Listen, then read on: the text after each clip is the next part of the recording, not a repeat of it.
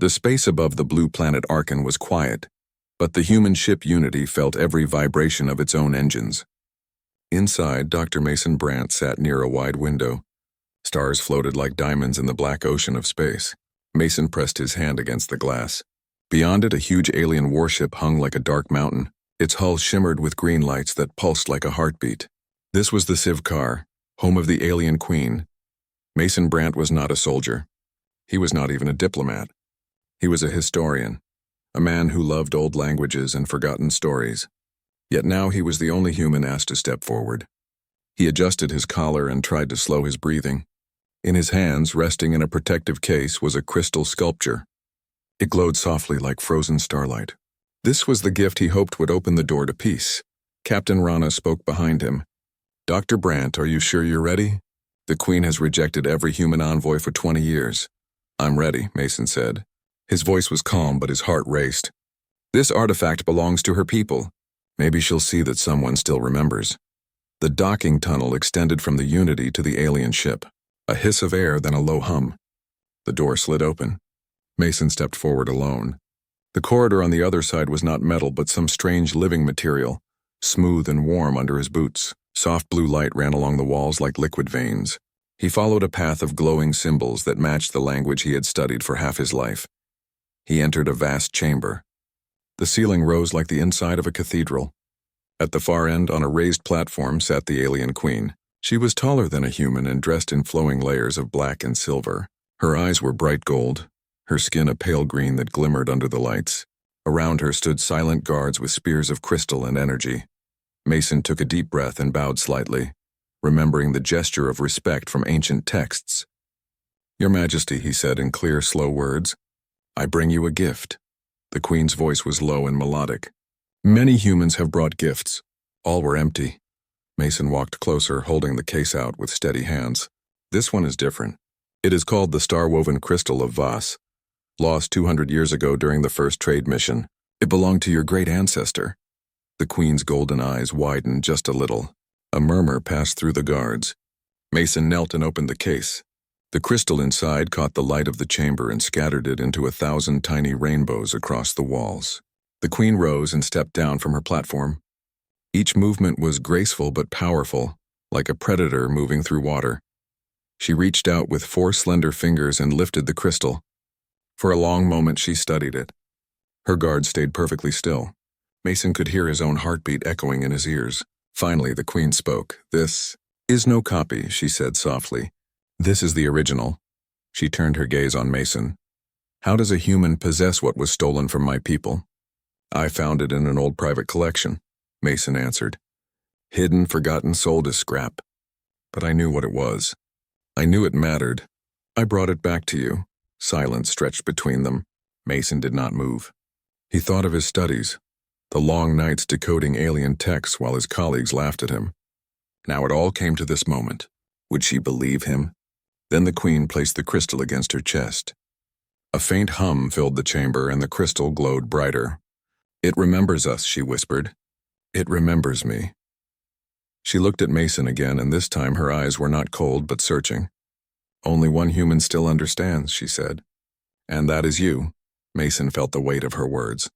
"I don't know if I understand," he said honestly. "I only know that your history matters." The Queen tilted her head. "Perhaps that is what understanding is." She turned and signaled to her guards. They stepped back, leaving the floor open between her and Mason. "Rise, Mason Brandt of Earth, you will speak for your people." Mason stood slowly. "I didn't come to speak for them," he said. "I came to return what belongs to you." The Queen's expression shifted, unreadable. "And yet you have become their voice. Come with me." She led him from the chamber through a series of corridors lit by soft green light. Strange murals covered the walls, showing scenes of the alien past. Great cities floating on oceans, stars connected by shining bridges, and figures that looked half human, half alien, ancient allies perhaps, long forgotten. Mason felt a shiver run down his spine. Had humans once stood here before? Had their ancestors known these halls? They arrived at a smaller room filled with shimmering water and suspended crystal spheres. The Queen touched one sphere and it projected a map of stars into the air. "These are our border systems," she said. "Once humans traveled among them with us. Then came betrayal. We closed our gates. Now you return. Mason studied the map. The symbols were ancient, older than any star charts used by Earth. I've seen these markings before, he said slowly. In a manuscript on Mars, the Queen's eyes narrowed. You have studied our lost tongue? All my life, Mason replied. It was treated as myth by my people. But I knew it was real. She regarded him with a long, steady look. Perhaps you are more than a scholar. Perhaps you are a bridge, Mason swallowed. A bridge? Between two worlds, she said simply. He thought of Captain Rana waiting on the human ship, of Earth's leaders hungry for alien technology, of all the political games he had never wanted to play. If I am a bridge, he said softly, I will do my best not to break. The Queen moved closer. Then hear me, Mason Brandt, a great test approaches. You have given a gift, but a gift alone does not heal a wound.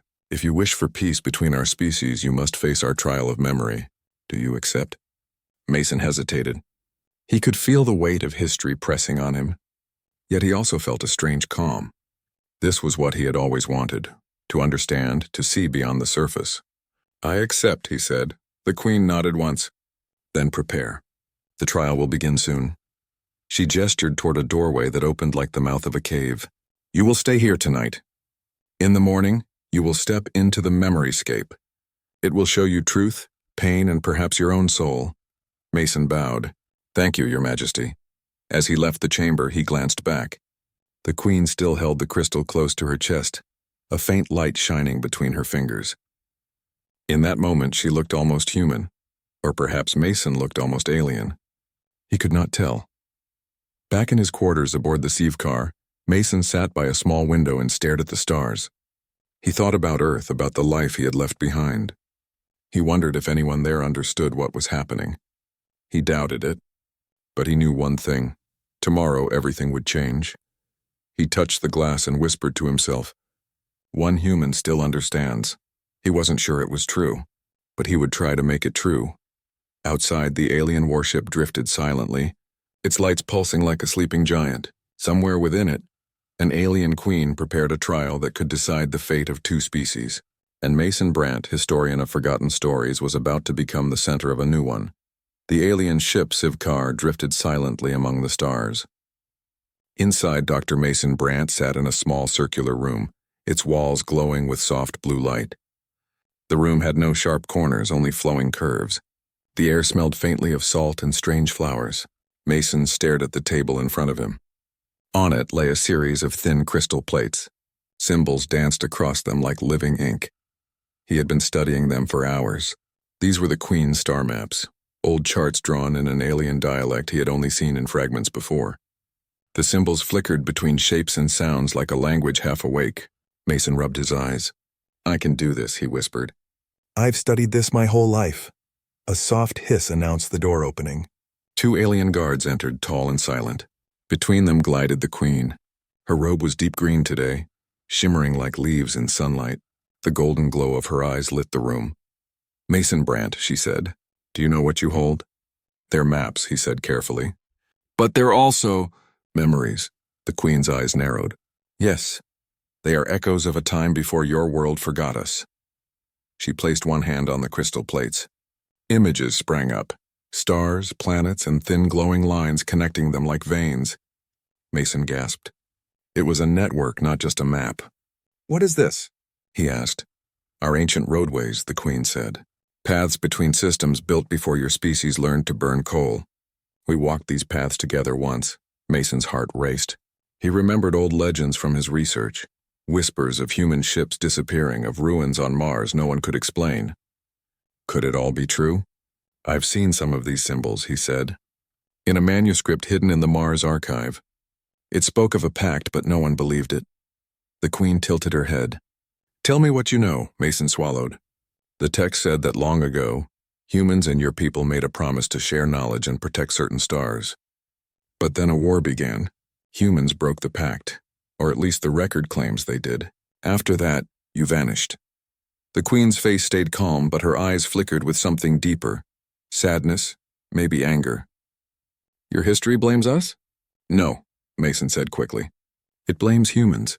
But it also says not all humans agreed to the war. Some tried to stop it. For a long moment, silence filled the room. Then the Queen spoke softly.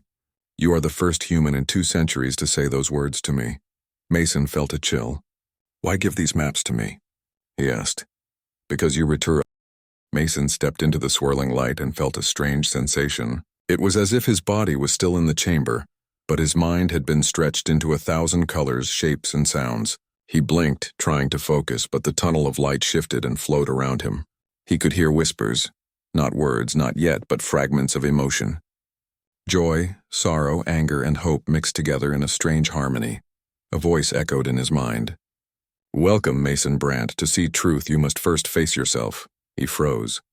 The voice was not the Queen's, yet it carried her calm authority. Mason took a deep breath. "I'm ready," he whispered. But even as he said it, a shiver ran down his spine. He was not ready. The light around him condensed into a vast hall. Mason looked up and realized he was standing in a place that felt both alien and familiar. The walls were transparent, showing stars and planets spinning slowly in the distance. Figures moved across the floor, humans and aliens. They were not real in the ordinary sense. They shimmered, translucent, as if made of light and memory. Mason's heart caught. He saw scenes from Earth, ancient humans signing pacts with alien representatives, humans exploring planets that no one had thought possible, and humans breaking promises, starting wars. Each image pulsed with energy. He felt guilt and pride all at once. A figure approached him. It was his younger self standing in his university office, surrounded by stacks of books and alien manuscripts. "You think you know history," the figure said, voice faint. "But do you know yourself?" Mason swallowed hard. I think I do," he said. The figure shook its head. "Do you? You have studied the past, but have you faced it?" Suddenly, the floor shifted. Mason stumbled and found himself in a new scene. He was standing on a battlefield, human soldiers and alien warriors clashing. But this was not a war, he remembered. It was a vision from centuries ago. He saw humans breaking a treaty, alien allies falling, and children running through ruins. The air smelled of smoke, metal, and sorrow. Mason felt the weight of history pressing down on him. "Why show me this?" he whispered. "I wasn't there." A ripple passed through the vision and a new figure appeared. It was the Queen, young and fierce, standing at the edge of the battlefield. She looked at Mason with eyes full of pain and determination. "This is what was lost," she said. "Do you understand?" Mason's throat tightened. I understand that humans can fail, but some also try to do right. Do you?" the vision asked. "Will you try?" He clenched his fists. "Yes, I will try." The battlefield dissolved, and Mason found himself in a library-like space. The walls were shelves of light, filled with alien manuscripts, star maps, and artifacts. A soft hum filled the air. Floating in front of him was the star-woven crystal. The crystal glowed brighter than ever. The voice returned. "To proceed, you must recognize the bridge between past and future. You must show understanding, not power." Mason stepped forward, carefully touching the crystal. Instantly, images flooded his mind. Humans and aliens walking together across the stars, exchanging knowledge, laughing, learning from each other. But then came shadows, betrayals, misunderstandings, fear, and war. Mason realized that peace was fragile, built on trust that could be easily broken. He closed his eyes, letting the visions wash over him. He saw not just the mistakes of humanity, but the courage, creativity, and persistence that also defined them. Humans had stumbled, yes, but they had also built, explored, and dreamed. Mason felt a warmth in his chest. Pride not for himself, but for the species he represented. A new challenge appeared. A narrow bridge of light stretched before him, suspended over a void that seemed to stretch forever. Ghostly voices whispered from below, accusing, mocking, doubting him. Mason's legs trembled, but he stepped forward. Every step required focus, every movement demanded courage. Behind him, the ghosts of history whispered, testing his resolve. Halfway across, the bridge shook violently. Mason nearly fell, but he steadied himself, remembering the Queen's words. Understanding, not power. He did not fight the wind. He moved with it. He did not resist the shadows. He acknowledged them. With each step, the bridge solidified until he reached the other side safely. A calm light enveloped him. Mason looked up to see the Queen standing at the end of the bridge. Her young vision bowed slightly. "You have passed the first trial," she said. You see history as it is, not as you wish it to be. You understand that your people are capable of both greatness and failure. Mason breathed deeply. Relief washed over him. I think I do, he said. The Queen motioned to a new portal of swirling light. The next trial is closer to your soul. You will see not only the past of humanity, but the choices you must make for its future. The portal drew Mason in. He felt himself lifted and carried through a tunnel of light and sound. This time the images were personal. Moments from his own life, decisions he had made, opportunities he had missed. He saw times when he had chosen curiosity over comfort, knowledge over safety. He saw the consequences of inaction, the subtle harm that ignorance could bring. You carry more than knowledge, the Queen's voice whispered. You carry responsibility. Mason nodded. I understand, he said. I will not forget. The images shifted to future possibilities. Mason saw humans and aliens standing together, discovering new worlds, learning from one another. But he also saw war, distrust, and destruction if cooperation failed. The visions were not threats. They were lessons. You must choose, the voice said. Will you guide your people toward understanding or toward conflict? Mason's mind raced.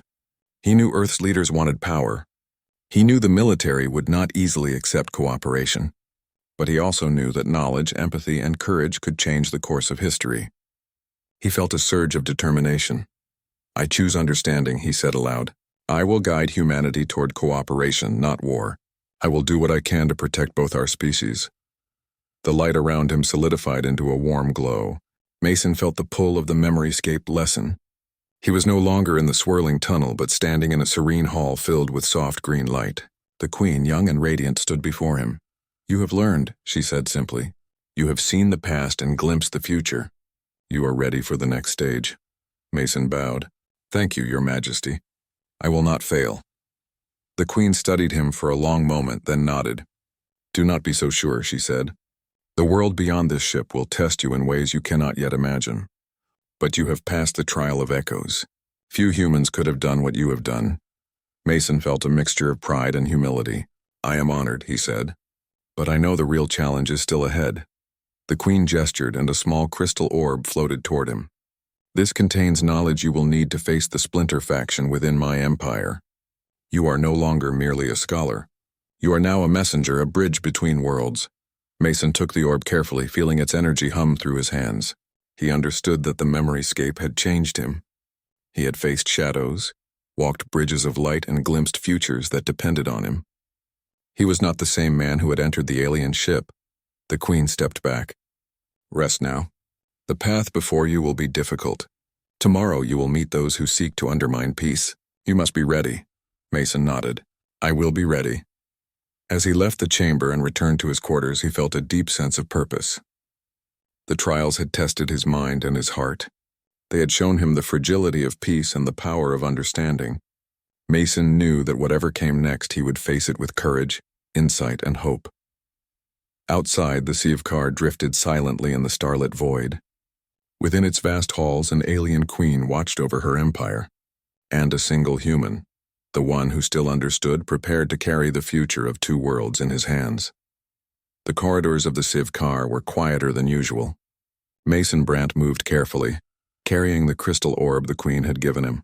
Its faint glow illuminated the soft green walls of the ship. After the trial of echoes, he felt changed. His mind was sharper, his senses more alert. Yet a small voice in his chest reminded him, understanding was only the beginning. The real challenges were outside the memoryscape. He entered a large observation room overlooking the expanse of stars. Alien ships moved in silent formation, their shapes unlike anything Mason had seen. Some were sleek and fast, while others looked like floating fortresses. He knew that the Queen's empire was vast and complex, but now he was beginning to understand its fragility. A soft sound behind him made Mason turn. One of the Queen's trusted advisors, a tall alien named Tharlon, stepped forward. Dr. Brandt, Tharlon said, his voice calm but firm. You must know that not all in this empire wish for peace. Mason frowned. I sensed that during the trial, shadows of betrayal. I think I understand that some factions are against cooperation. Tharlon nodded. You do, but understanding is not enough. Some believe that humans cannot be trusted. They will attempt to manipulate your people or ours. We call them the Splinter Faction. Mason's heart sank. How powerful are they? Tharlon's golden eyes, sharper than the Queen's, met his. Enough to start a war.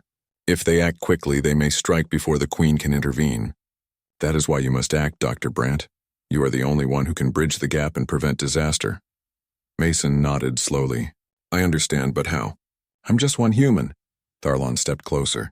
You have the knowledge of our history, the wisdom from... The surface of the alien ocean world stretched endlessly, a deep turquoise under twin suns. Mason Brandt stood on the deck of a small submersible shuttle, staring down at the shimmering waves. Below the surface lay the memory vault, a place of ancient knowledge and power hidden for centuries beneath the ocean depths. He could feel the weight of history pressing on him, heavier than the water above the shuttle. Tharlon, the Queen's advisor, stood beside him. The vault is protected by layers of security, both physical and mental, he said. Only one who understands our history and who carries trust from the Queen can enter. Mason nodded. I understand. I hope my understanding is enough. You are the only one who can do this, Tharlon said quietly. Others would fail or be destroyed. The shuttle descended smoothly, the ocean surrounding it like liquid glass.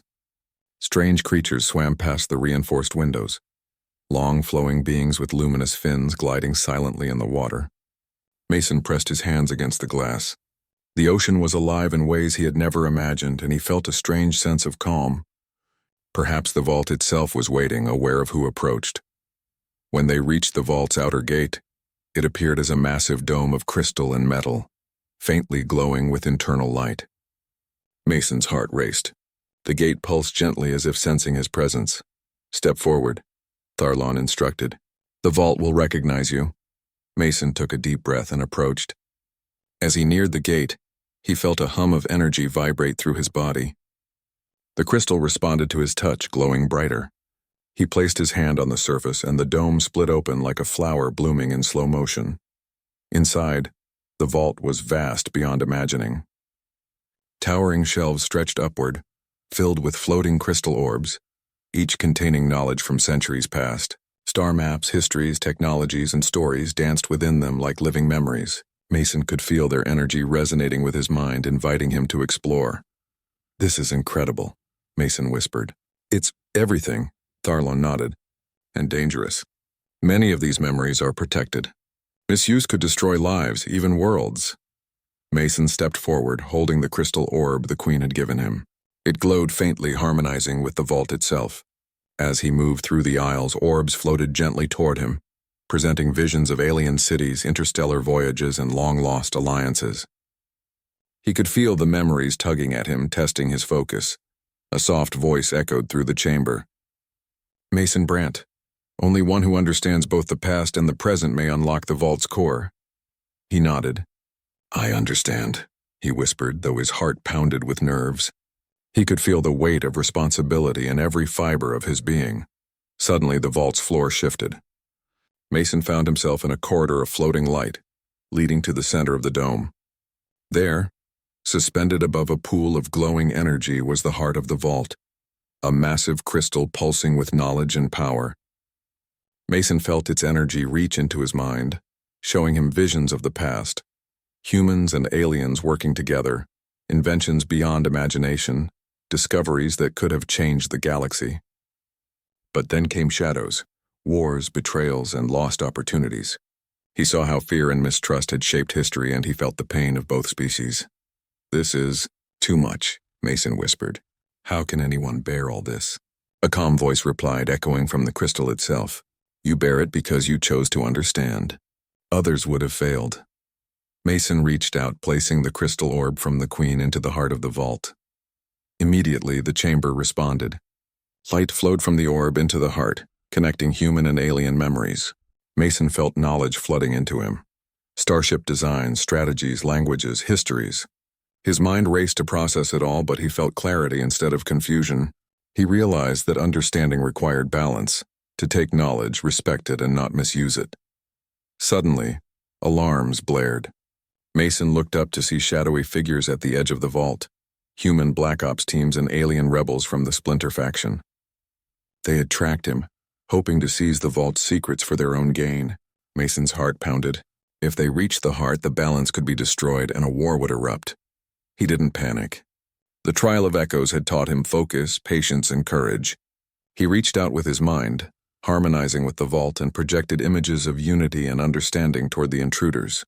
At first they hesitated, confused. Then Mason spoke aloud, his voice steady. "This knowledge is not for war. It is for understanding. If you misuse it, both our species will suffer. We can work together or fail alone." The intruders froze. Mason could see hesitation in their movements. Slowly, the human and alien rebels stepped back, as if the vault itself had convinced them of its purpose. Mason realized that the vault was not just a repository of knowledge. It was alive in a way, testing the intentions of those who approached.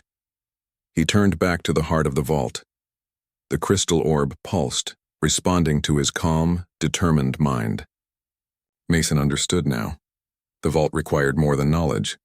It required trust, wisdom, and the courage to protect both species. Carefully, he accessed the central records, uncovering technology and strategies long forgotten. He found ways to secure the stargates, methods to enhance communication between humans and aliens, and histories that could prevent future conflicts. Each discovery strengthened his resolve. Tharlan's voice echoed softly. "You have done well, Mason Brandt.